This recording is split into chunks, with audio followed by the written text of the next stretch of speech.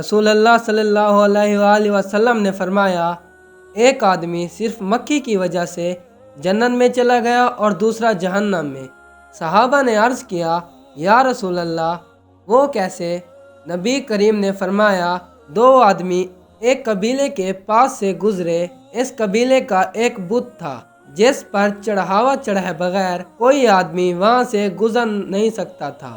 چنانچہ ان میں سے ایک شخص سے کہا گیا کہ اس بت پر چڑھاوا چڑھاؤ۔ اس نے کہا، میرے پاس کوئی ایسی چیز نہیں۔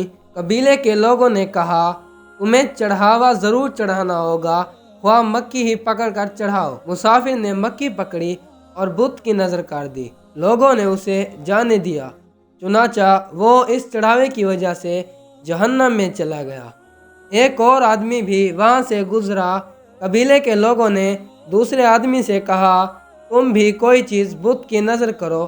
اس نے کہا، میں اللہ تعالیٰ کے سوا کسی دوسرے کے نام کا چڑھاوا نہیں چڑھاؤں گا۔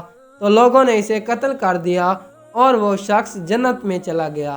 اس طرح ایک شخص مکھی کی وجہ سے دوزخ میں اور دوسرا شخص مکھی کی وجہ سے جنت میں چلا گیا۔